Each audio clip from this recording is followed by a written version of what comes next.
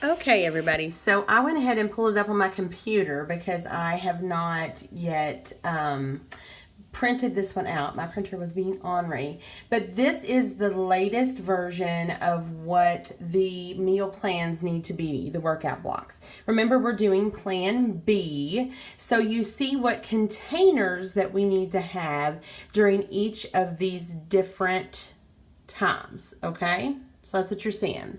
So how does that correlate to down here to our graph paper? All right, so for our graph paper, I went ahead and made squares just like we have up here to add in all of the things that we need to be eating. So recently, the most recent change that Autumn put out, we have two options for our pre-workout mealtime, okay? So you can have a bigger meal of a green, a red, and a yellow, which would be a veggie, a protein, and a carb with a teaspoon of oil or nut butter.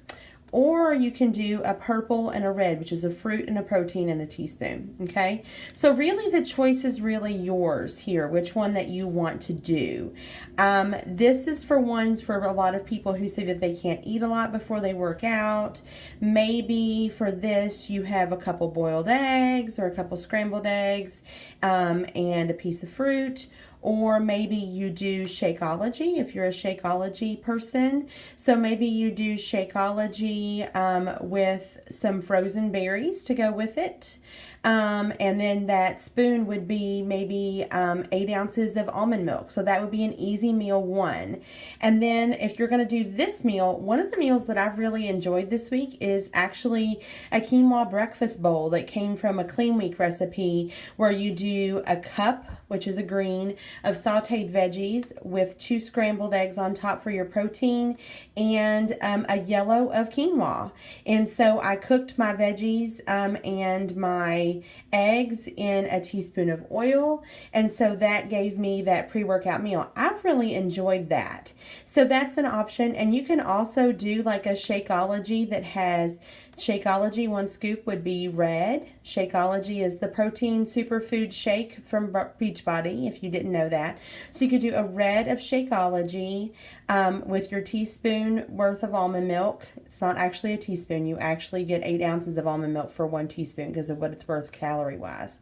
So you could do a scoop of Shakeology with an almond milk with maybe a cup of spinach in your shake.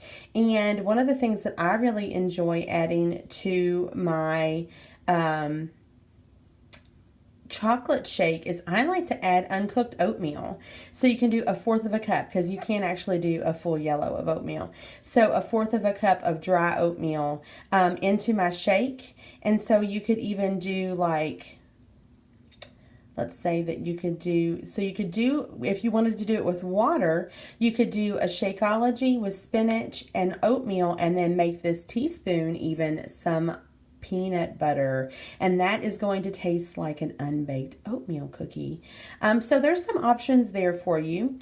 Then when you're drinking your Recover, you should also be having a piece of fruit. This is when I really like to have an apple. I really enjoy that. And then our post-workout meal looks very much like meal one in that we have to have a veggie, a protein, and a carb. So sometimes what I like to do for this is sometimes I have eggs again. Or if I didn't have my Shakeology here, I'll have my Shakeology here. And I will make it kind of like what I've talked about. I'm a chocolate fan. That's what I'm going to do. So sometimes if you don't do the Recover, then you can actually move this purple down to your post-workout meal. And maybe do Shakeology that has Shakeology with some spinach and some frozen strawberries with a frozen whole grain waffle on the side. I don't know. I don't know what you want to do. It's really up to you. But really everything is based around your workout. Without a time for your workout, you can't figure out your time nutrition. And so what you'll do after this is you'll just determine how many more your containers that you have left, and you'll spatter them around during the day. I know Autumn does suggest having protein at every of your main meals. So at lunch you would have some protein, and at dinner you would have some protein. That would get your 4 proteins in. She does also suggest to try to get your purples in earlier in the day. So if you had a purple here with your meal 1 and a purple here, then you would only get 1 more fruit, and you could maybe do that maybe around lunchtime to get it done early.